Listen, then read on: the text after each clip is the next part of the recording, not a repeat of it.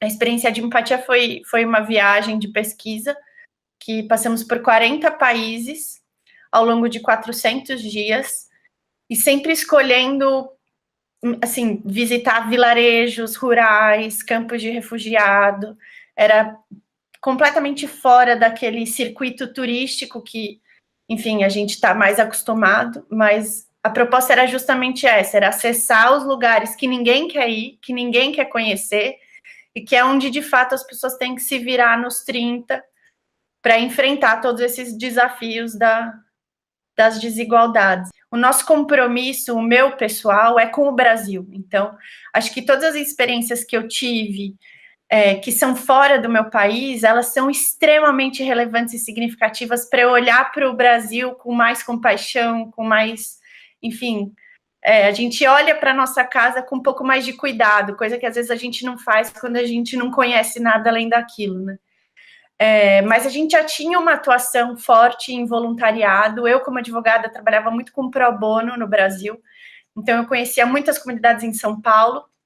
Claro que a extensão territorial do nosso país é gigante, então ainda falta muito para conhecer lá, mas foi isso um dos motivos que nos moveu a começar fora do Brasil, que como a gente já tinha um certo conhecimento da área, especialmente no terceiro setor no Brasil, a gente achava que saindo de lá, a gente estaria completamente fora da zona de conforto, e é esse desafio de estar fora da zona de conforto que talvez, de fato, oferecesse para a gente essa visão completamente diferente. Uma dos aprendizados e dos pontos fortes dessa experiência foi perceber como nós dois fomos nos remontando ou reconstruindo ao longo dessa jornada. Então, para dar um exemplo prático, eu lembro que um dos primeiros artigos que eu escrevi durante a jornada tinha o título de Somos Todos Iguais. E eu escrevi para dizer sobre a questão do apartheid na África do Sul e como isso, enfim, como isso determinou o desenvolvimento social do país e como isso era presente na nossa sociedade também. E eu fui construindo a narrativa falando que não, somos todos iguais. E eu lembro que a partir do meio da viagem eu já estava, gente, a gente não é todo mundo igual, tá errado, a gente tem que parar de falar que a gente é igual, a gente não é igual, isso é ótimo. É ótimo que a gente seja diferente, a gente tem que honrar essas diferenças. E a gente tem que, enfim, enxergar essas diferenças justamente como privilégios. Então, porque esse discurso todo dos direitos humanos, querendo ou não, a forma como ele foi aplicado e como ele foi proposto, ele sugere que seja um direito universal.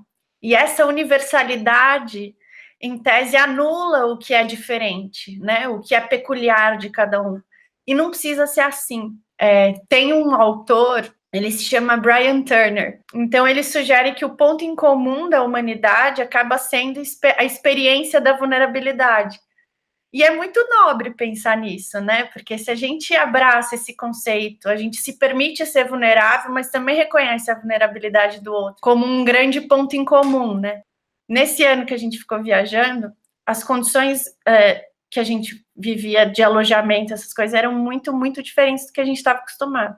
Enfim, a gente dormia em vilarejos, campos de refugiados, isso tudo que a gente que eu já contei. Então, quando eu ia tomar banho, eu tinha que tomar com a caneca, não lavava o cabelo, estava cheio de bicho, no meio do mato, no escuro. Não era agradável como costumava ser, né? Então, e aí, há 2 anos atrás, mais ou menos, assim que a gente voltou de viagem, a minha mãe conseguiu comprar uma casa, que era um super sonho da minha mãe. E um dia ela me chamou, filha, vem aqui, porque o moço vem instalar o box. E aí, enfim, fui lá ver e tal, e quando eu entrei no banheiro, era um box tão lindo que eu comecei a chorar.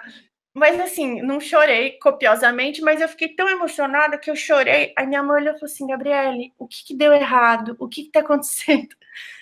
E eu só consegui falar, mãe, que privilégio